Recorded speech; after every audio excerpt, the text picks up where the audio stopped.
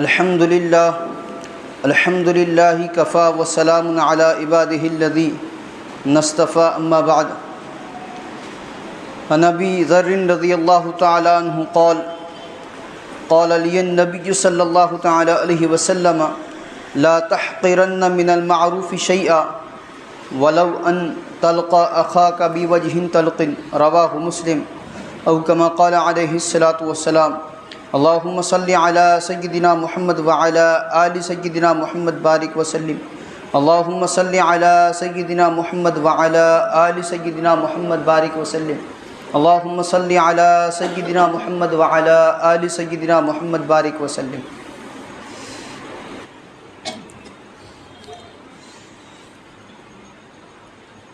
معزز سامعین کرام ملت اسلامیہ کے عزیز نوجوان و بزرگان ملت،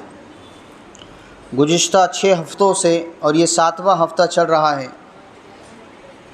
ہم اس بات کو گوش گزار کر رہے ہیں کہ انسانی زندگی میں اس پر عائد واجبات فرائض کے ادائیگی کے بعد بہت ساری چھوٹی چھوٹی معمولی مختصر چیزیں باتیں کام ایسے ہیں کہ جن کو کر کر وہ اپنے نامہ اعمال میں نیکیوں کا اضافہ کر سکتا ہے، نیکیوں کا ایک ذخیرہ اپنے نامہ اعمال میں جمع کر سکتا ہے۔ من جملہ ان چیزوں کے ایک چیز کسی مسلمان کی مدد کرنا ہے، کسی مسلمان کا کوئی کام کر دینا، اس کے کام میں مدد کرنا یا اس کی کوئی پریشانی دور کر دینا ایک ایسا عمل ہے جس پر حضرت صلی اللہ تعالی علیہ وسلم نے بہت اجر و ثواب کے وعدے فرمائے ہیں۔ حضرت عبداللہ بن عمر رضی اللہ تعالیٰ عنہما فرماتے ہیں کہ حضرت صلی اللہ تعالیٰ علیہ وسلم نے ارشاد فرمایا، من کان فی حاجت اخیہ کان اللہ فی حاجتہ ومن فرج عن مسلم کربۃ فرج اللہ عنہ بہا کربۃ من کرب یوم القیامہ۔ جو شخص اپنے کسی بھائی کے کام میں لگا ہو، اللہ تعالیٰ اس کے کام میں لگ جاتے ہیں۔ جو شخص کسی مسلمان کی کوئی بے چینی دور کرے، اللہ تعالیٰ اس کے صلے میں اس سے قیامت کی بے چینیوں میں سے کوئی بے چینی کو دور فرما دیتے ہیں۔ ابو داؤد شریف کی روایت ہے۔ کسی شخص کو راستہ دینا، کسی کا سامان اٹھانے میں اس کی مدد کر دینا، غرض خدمت خلق کے تمام کام اس حدیث کی فضیلت میں داخل ہیں۔ جو لوگ دوسروں کے کام آتے ہیں، اللہ تعالیٰ کے نزدیک وہ بڑی فضیلت والے لوگ ہیں۔ حدیث شریف میں ہے، خیر الناس من ینفع الناس، لوگوں میں بہترین شخص وہ ہے جو لوگوں کو فائدہ پہنچائے۔ روزمرہ کی ہماری زندگی میں ہم اگر تجربہ کر کے دیکھیں گے تو بہت ساری ایسی چھوٹی چھوٹی چیزیں ہیں جو کسی کے کام آنے میں داخل ہوتی ہے اور اس کو کر کے آپ اپنے نامہ اعمال میں نیکیوں کا اضافہ کر سکتے ہیں۔ ایک آدمی کو کہیں جانا ہے، آپ کی گاڑی اس کی گاڑی سے تھوڑی سی آگے ہے، اب وہ لائٹ دے کر یا کوئی اور اشارہ کر کے آپ سے سائڈ مانگ رہا ہے کہ مجھے تھوڑی سی سائڈ دے دو، میں چلا جاؤں۔ آپ نے اگر اس نیت سے اس کو سائڈ دے دی کہ اس کا کوئی ضروری کام ہوگا جس کی وجہ سے یہ جلدی جانا چاہ رہا ہے، میں اس کے لیے راستہ ہموار کروں، آپ نے اپنے نامہ اعمال میں اضافہ کر دیا نیکیوں کا۔ اور یہی چیز اگر آپ نے اس کے مخالفت میں کی، دیکھتا ہوں میں کیسے یہ نکلتا ہے، کیسے یہ مجھے اوورٹیک کرتا ہے، کیسے یہ مجھے پیچھے چھوڑتا ہے، اس جذبے کے ساتھ آپ نے اپنی گاڑی کو رکا کے رکھا، اس کو جگہ ہی نہیں دے رہے آپ جانے کی، تو یہ جو تکلیف آپ نے اس کو پہنچائی، اس تکلیف کا بھی گناہ ہوگا، بلا وجہ کسی کو ستانے کا بھی گناہ ہوگا۔ تو لوگوں میں بہترین وہ ہے، حدیث پاک میں ہے، کہ جو لوگوں کو نفع پہنچائے۔ لہٰذا خدمت خلق کا ہر کام چھوٹا ہو یا بڑا، اس کے مواقع تلاش کرنے چاہیے، اس سے انسان کی نیکیوں میں بہت اضافہ ہوتا ہے۔ اسی طرح اگر کسی شخص پر ظلم ہو رہا ہو تو اس کو ظلم سے بچانے کی امکانی کوشش ہر مسلمان کا فرض ہے۔ آپ دیکھ رہے ہیں کہ ایک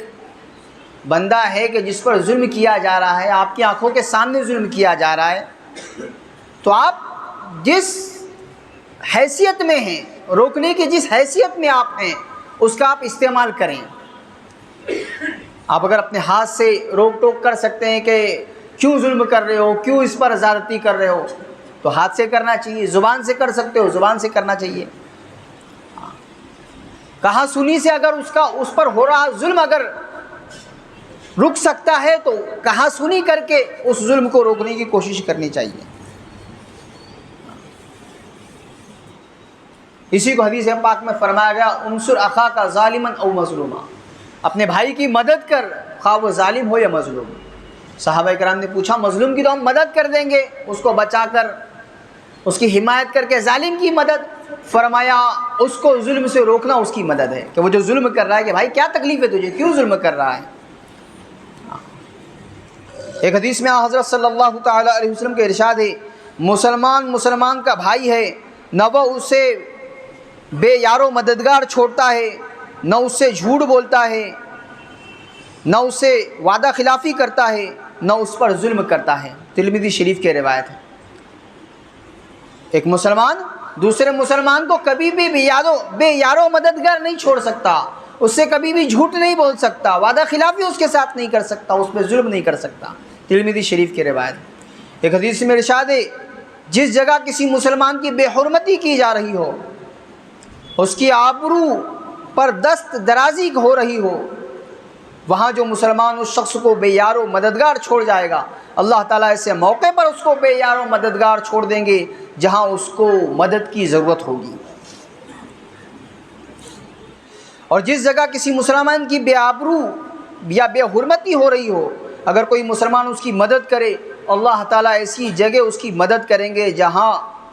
مدد کی اس کو خواہش ہوگی اور جہاں وہ اپنی مدد کے لیے کسی کو تلاش کرے گا۔ ابو داؤد شریف کی روایت ہے۔ آپ چاہتے ہیں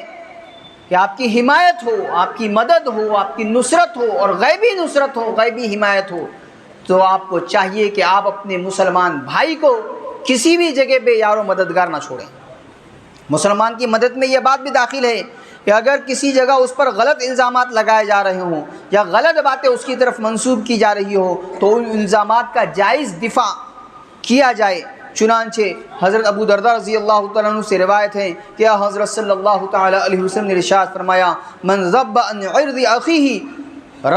رد اللہ النار عن وجہہ یوم القیامہ، جو شخص کسی مسلمان کی آبرو کا دفاع کرے اللہ تعالیٰ اس کے چہرے سے جہنم کی آگ کو ہٹا دیں گے۔ ترمذی شریف کی روایت ہے۔ ایک چیز جو ہمیشہ ہمارے سامنے سے ہوتی ہوگی اور ہر مسلمان کو اس سے سابقہ پڑا ہوگا کہ کسی مسلمان کے لیے جائز سفارش کا کرنا بھی ثواب کا کام ہے۔ قرآن کریم کا ارشاد ہے من یشفع شفاعۃ حسنۃ یکن لہ نصیب منہا، جو شخص کوئی اچھی سفارش کرے اس کو اس کا حصہ ملے گا۔ حضرت صلی اللہ تعالی علیہ وسلم کے ارشاد ہے اشفعوا تؤجروا، سفارش کرو تمہیں ثواب ملے گا۔ ابو داؤد شریف، نسائی شریف کی روایت ہے۔ ایک مرتبہ حضرت صلی اللہ تعالی علیہ وسلم تشریف فرما تھے، ایک شخص نے آ کر آپ صلی اللہ تعالی علیہ وسلم سے کچھ فرمائش کی۔ آپ صلی اللہ تعالی علیہ وسلم حاضرین کی طرف متوجہ ہوئے اور فرمایا ان کی سفارش کرو تاکہ تمہیں ثواب ملے۔ بخاری شریف کی روایت ہے۔ اچھی سفارش بذات خود نیک عمل ہے، خواہ متعلقہ شخص کا کام اس سفارش سے بن جائے یا نہ بنے۔ اگر کام بن گیا تو امید ہے کہ دوہرا ثواب ملے گا، لیکن اس بات کا خیال رکھنا انتہائی ضروری ہے کہ سفارش جائز مقصد کے لیے ہو، اس میں کوئی ناجائز یا ناحق کام نکلوانا مقصود نہ ہو، کیونکہ ناجائز سفارش کا کرنا گناہ ہے اور بہت بڑا گناہ ہے۔ لہذا سفارش کرنے سے پہلے اس بات کی تحقیق کر لینا واجب ہے کہ جس شخص کی سفارش کی جا رہی ہے وہ مستحق ہے اور جس کام کے لیے کی جا رہی ہے وہ جائز کام ہے۔ ایک آدمی کو کسی ایسے پوائنٹ پر دکان ڈالنی ہے کہ جہاں اس کا کاروبار اچھا چل سکتا ہے اور وہ دکان کا اونر آپ کا تعلقات والا ہے، آپ کے پہچان والا ہے۔ اب آپ یہ دیکھیں گے کہ وہ دکان کس چیز کی ڈال رہا ہے، جائز چیزوں کی ڈال رہا ہے یا ناجائز چیزوں کی ڈال رہا ہے۔ ایک آدمی کو بیئر بار ڈالنا ہے اور آپ کے پاس آیا کہ وہ اونر سے بات کرو تاکہ میں یہ دکان چلا سکوں، تو لازمی بات ہے گناہ کے کاموں میں آپ سفارش کرنے جا رہے ہیں، یہ سفارش کر کے گناہ مول لیں گے۔ جائز کاموں میں سفارش کرنا ہے۔ اسی طرح سفارش کے معاملے میں دوسری اہم بات جس شخص سے سفارش کی جا رہی ہے اس پر کوئی ناواجبی بوجھ نہ پڑ جائے۔ سب سے پہلے یہ دیکھ لینا چاہیے کہ یہ کام اس کے اختیار میں ہے یا نہیں۔ اب یہ بات بتائی جا رہی ہے جس کے پاس آپ سفارش لے کر جا رہے ہیں کہ میرا کام کر دیجئے، میرے لیے آپ فلاں سے بات کیجئے، تو جس کے پاس آپ جا رہے ہیں اس کے بس میں یہ بات ہے کہ نہیں، یہ دیکھ لینا چاہیے۔ اگر کام اس کے اختیار میں نہیں ہے تو اس سے سفارش نہیں کرانی چاہیے، کیونکہ اندیشہ ہے کہ اس سفارش سے اس کی شرمندگی ہوگی، میری بات فیل چلی جائے گی، میں بولوں گا تو کوئی اثر نہیں ہوگا سامنے والے پر، تو ایسے شخص سے سفارش نہیں کرانی چاہیے۔ اور یہ بات معلوم نہ ہو کہ یہ کام اس کے اختیار میں ہے کہ نہیں، تو حتمی بات یہ ہے کہ اس سے سفارش نہیں کرانی چاہیے، بلکہ یہ صراحت کر دینی چاہیے کہ یہ کام آپ کے اختیار میں ہو تو کر دیں۔ نیز اگر کوئی کام کسی شخص کے اختیار میں بھی ہو اور بسا اوقات اس نے کچھ خاص قید ضوابط لگا رکھے ہوں کہ یہ میری کنڈیشن ہے کہ اس کے ساتھ میں سفارش کروں گا، تو ایسے انداز میں سفارش کی گزارش کرنی چاہیے کہ اس کی وہ جو کنڈیشن ہے وہ بھی ہٹ نہ ہو اور وہ سفارش بھی کر سکیں، اس پر کوئی دباؤ بھی نہ پڑے۔ آج کل عموماً سفارش کرتے ہوئے بس یہ بات ذہن میں رکھی جاتی ہے کہ سفارش کرنا ثواب کا کام ہے، لیکن سفارش کے جو احکام، جو آداب شریعت نے مقرر فرمایا اس کا لحاظ نہیں رکھا جاتا۔ خاص طور پر اس بات کی تو بہت کم لوگ رعایت کرتے ہیں کہ جس شخص سے سفارش کی جا رہی ہے اس کو تکلیف نہ ہو۔ لہٰذا یہ بات کبھی نہ بھولنی چاہیے کہ شریعت میں ہر چیز کے آداب اور احکامات ہیں، ان کی رعایت کرنا ضروری ہے۔ کسی ایک مسلمان کو فائدہ پہنچانے کے لیے کسی دوسرے کو تکلیف میں ڈالنا ہرگز گوارا نہیں ہوگا۔ یہ ایک چیز تھی جو آپ آسانی کے ساتھ اپنے نامہ اعمال میں نیکی کا اضافہ اس کے ساتھ کر سکتے ہیں۔ ایک اور چیز ہے کسی کے عیب کی پردہ پوشی کرنا۔ اگر کسی مسلمان کے کسی عیب کا علم ہو جائے تو جب تک اس سے کسی دوسرے کو تکلیف پہنچنے کا اندیشہ نہ ہو، اس کی پردہ پوشی کرنا بڑے ثواب کا کام ہے۔ جب تک وہ عیب اس بندے کے اندر موجود ہے اور اس کے اس عیب سے کسی دوسرے کو نقصان نہ پہنچنے کا یقین ہو، تب تک پردہ پوشی کرنا چاہیے۔ حضرت ابو ہریرہ رضی اللہ تعالیٰ عنہ روایت کرتے ہیں کہ حضرت صلی اللہ تعالیٰ علیہ وسلم نے ارشاد فرمایا، جو کوئی بندہ کسی دوسرے بندے کی پردہ پوشی کرتا ہے اللہ تعالیٰ قیامت کے دن اس کی پردہ پوشی فرمائیں گے۔ صحیح مسلم کی روایت ہے۔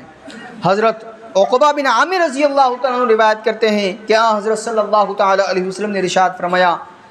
جو شخص کسی کا کوئی عیب دیکھے اور اسے چھپا لے تو اس کا یہ عمل ایسا ہے جیسے اس نے کسی زندہ درگور ہونے والی لڑکی کو بچا لیا۔ سنن ابی داؤد کی روایت ہے۔ ابھی پردہ پوشی، عیب چھپانے کا مطلب یہ ہے کہ دوسرے سے اس کا ذکر نہ کرے، اس کے عیب کی تشہیر نہ کرے، لیکن اس میں بھی چند باتیں ذہن میں رکھنی ضروری ہے۔ کسی کے عیب کو چھپانے کے لیے جھوٹ بولنا جائز نہیں ہے، لہٰذا اگر کوئی شخص اس عیب کے متعلق سوال کرے تو ٹال دینا چاہیے، ٹالنے کی کوشش کرنی چاہیے، لیکن اگر پھر بھی وہ اصرار کرے تو خلاف واقعہ کوئی بات ذکر نہ کرے اس سے، کہ جو بات ہے ہی نہیں یا آپ نے جھوٹ بول دیا اس عیب کو چھپانے کے لیے، تو یہ جائز نہیں ہے۔ اسی طرح کسی کے عیب کی پردہ پوشی اسی وقت تک جائز ہے جب تک اس عیب کا اثر اس شخص کی ذات تک محدود ہو۔ اگر اس سے کسی دوسرے کو نقصان پہنچنے کا اندیشہ ہو تو اس عیب کے بارے میں بتا دینا نہ صرف جائز ہے بلکہ ثواب کا کام ہے، بشرطے کہ نیت دوسرے کو نقصان پہنچانے کی نہ ہو۔ مثال کے طور پر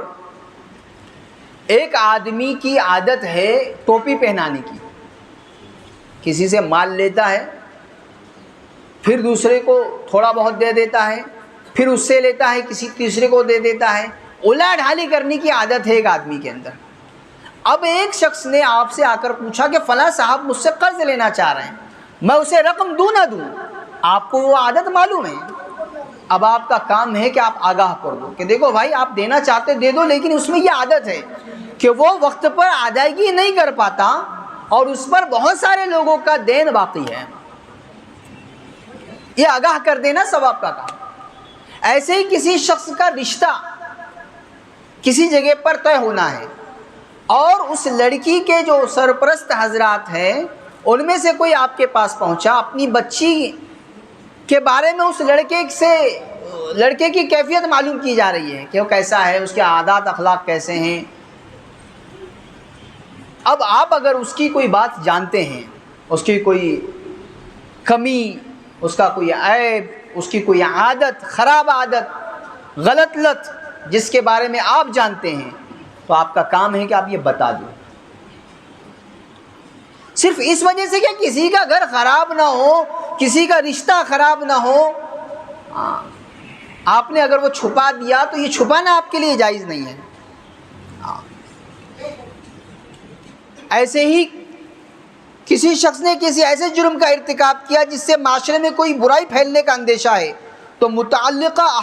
حکام کو اس سے باخبر کر دینے میں کوئی حرج نہیں ہے۔ باخبر کرنا موجب ثواب ہے، بشرطے کہ اصلاح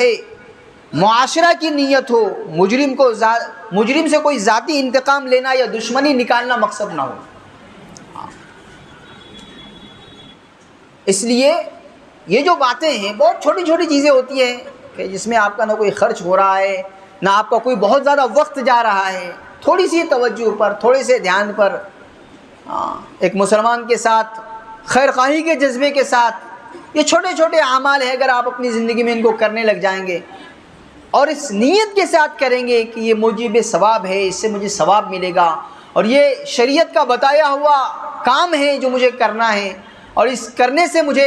اللہ کی رضا ملے گی، میرے نامہ اعمال میں ثواب کا اضافہ ہوگا، تو یہ ایسی چیزیں ہیں کہ جو آپ کے نامہ اعمال میں بہت تیزی کے ساتھ اضافہ کرتی چلی جائے گی، آپ کو محسوس بھی نہیں ہوگا۔ اور جیسے بتایا جا رہا ہے اور بار بار یہ بات گوش گزار کی جا رہی ہے کہ نیکیوں کا بھاؤ